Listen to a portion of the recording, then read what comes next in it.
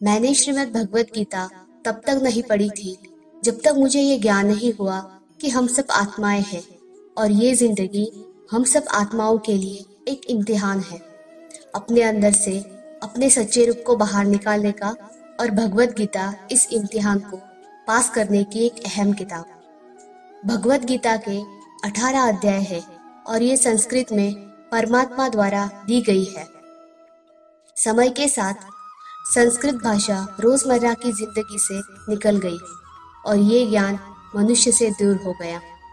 समय समय पर भगवत गीता के साधारण अक्षरों में अनुवाद किया गया। इसी कोशिश को आगे बढ़ाते हुए भगवत गीता के अहम हिस्सों को हम भगवान के आशीर्वाद से बताने जा रहे हैं।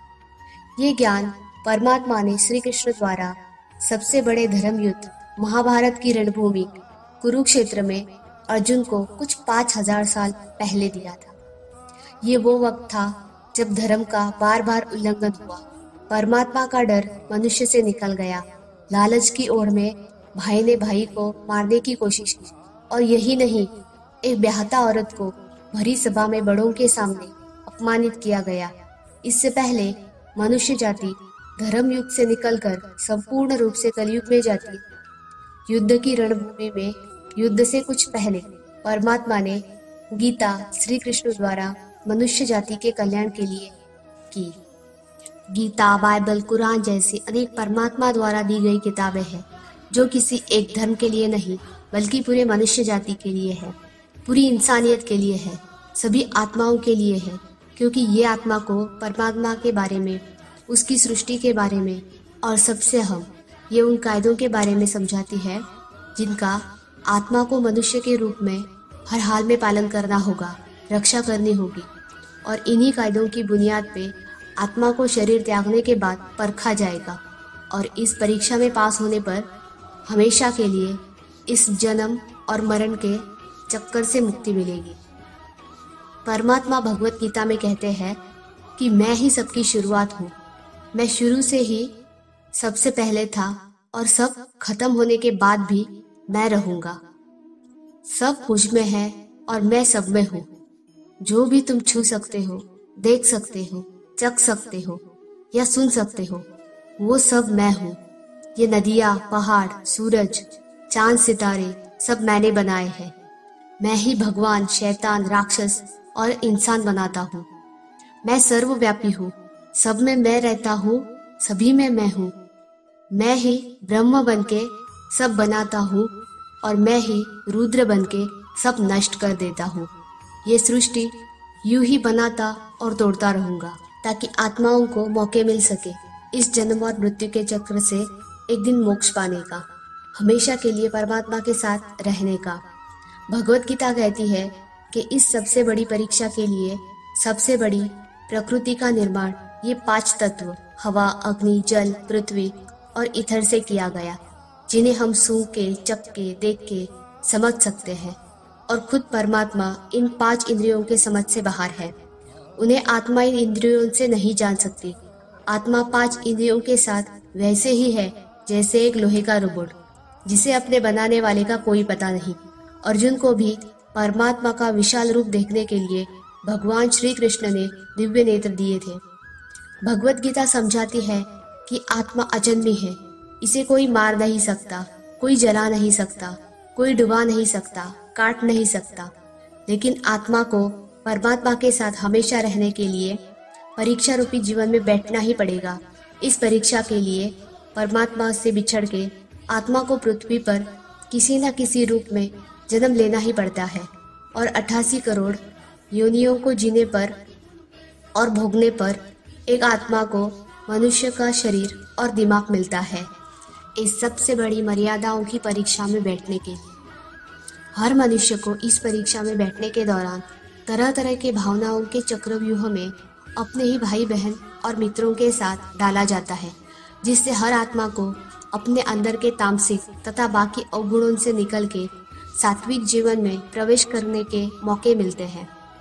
हमारे तामसिक गुण वो है जो हमारे अंदर हीन भावना पैदा करके हमें नुकसान पहुंचाते हैं और बाकी जो अवगुण होते हैं वो हमारे अंदर ईर्ष्या पैदा करते हैं। इस परीक्षा के दौरान हमें हर प्रकार के अवगुणों से निकलकर अपने सात्विक गुणों से परिचित होना पड़ेगा।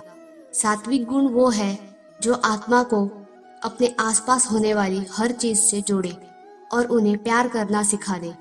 इस परीक्षा के दौरान आत्मा को जीवन के चारों स्तंभ धर्म, अर्थ, काम और मोक्ष का ज्ञान पाके ही मुक्ति मिलती है और यही वो द्वार है जिसे पाके आत्मा परमात्मा को समझ सकती है। पहला द्वार धर्म का है और शेर इसका प्रतीक है। धर्म वही है जो गीता में लिखा हुआ है, वेदों में लिखा हुआ है, गुरु ग्रंथ साहिब, बाइबल या कुरान में लिखा हुआ है।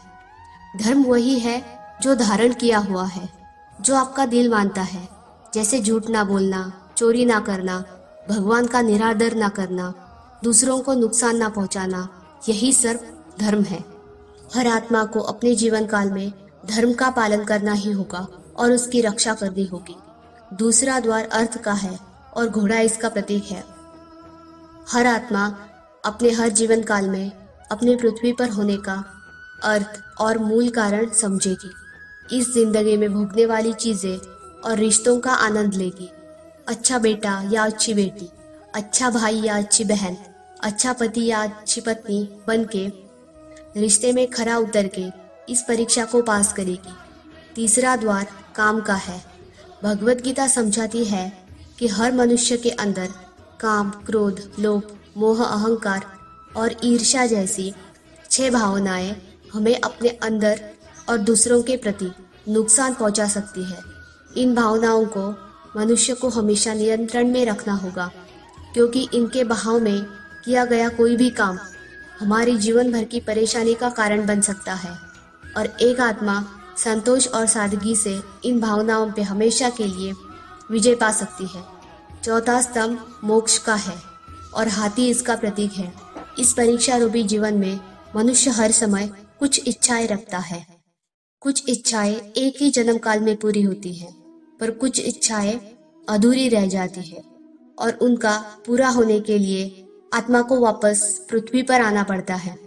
भगवत गीता समझाती है कि हमारी इच्छाएं ही मूल कारण है हमारा पृथ्वी पर वापस आने का, और यदि हम कोई भी इच्छा ना रखें तो हम जीवन मृत्यु के चक्र से मुक्त हो सकते हैं।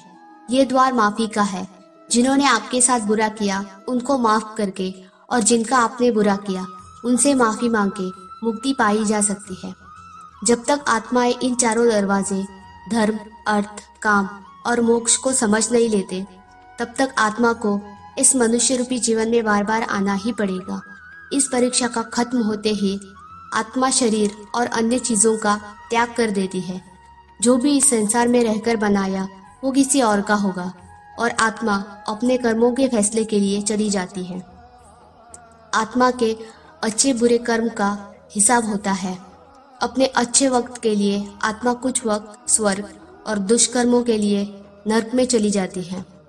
नरक में आत्मा को अपने पापों के अनुकूल सजा मिलती है और सजा का पूरा होते ही आत्मा को फिर से एक नया शरीर और दिमाग मिलता है इस परीक्षा में फिर से बैठने के लिए, और हर परीक्षा में वही सब फिर से दोहराया जाएगा। जिंदगी के 4 स्तंभ धर्म, अर्थ, काम और मोक्ष को समझने के लिए हर जन्म में अपने कई जन्मों के कर्मों के हिसाब से आत्मा को कभी अच्छे और कभी बुरे हालातों से जाना पड़ता है। लेकिन आत्मा परमात्मा के साथ योग को नहीं समझ लेती, वो मुक्ति नहीं पा सकती। भगवत गीता समझाती है कि मनुष्य अपने शरीर, दिमाग या दिल से भगवान को पा सकता है। शरीर द्वारा किए गए कर्मों के माध्यम से परमात्मा को पाने को कर्म योग कहते हैं। ऐसे कर्म जो परमात्मा की इच्छा से हो और दूसरों के कल्याण के लिए हो। वाल्मीकि ने रामायण लिख के और श्रावण ने अपने माता पिता की सेवा तथा उन्हें 4 धाम की यात्रा करवा के, मदर तेरेसा ने अपने प्यार और सेवा के माध्यम से अपने कर्मों द्वारा भगवान को पाया।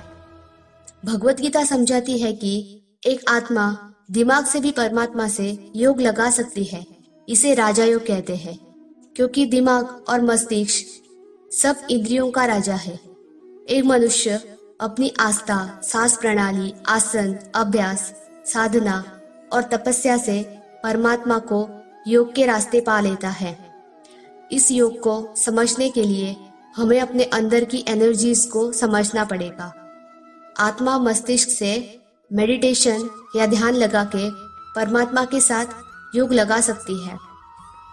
शंकराचार्य, स्वामी विवेकानंद और इनके जैसे कई अन्य योगी योग के रास्ते परमात्मा के साथ संधि लगा पाए।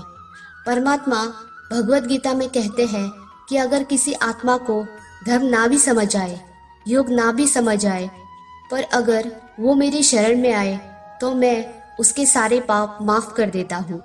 परमात्मा को ऐसी दिल की गहराई के पुकार से पाने को ही योग कहते हैं। चैतन्य महाप्रभु और मीराबाई, भगवान हनुमान इस योग के सबसे बड़े उदाहरण हैं। लेकिन कभी आत्मा को अपने होने का मूल कारण भूल के धर्म का उल्लंघन करे या पाप के रास्ते में निकल जाए तो उसे ठीक करने के लिए परमात्मा खुद किसी रूप में पृथ्वी पर जन्म लेते हैं। आइए श्रीमद् भगवत गीता, गुरु ग्रंथ साहिब, बाइबल, कुरान या ऐसी कोई भी पवित्र किताब को पूरा पढ़ के इस जिंदगी के असली मायने समझे और परमात्मा के साथ योग लगाए। अगर आपने इसे प्रसन्न किया तो इसे औरों को बांटिए ताकि सब आत्माएं अपने यहाँ होने का मूल रूप समझे और इस जन्म मरण के चक्र से मुक्ति पाके हमेशा परमात्मा के साथ रह सके। धन्यवाद।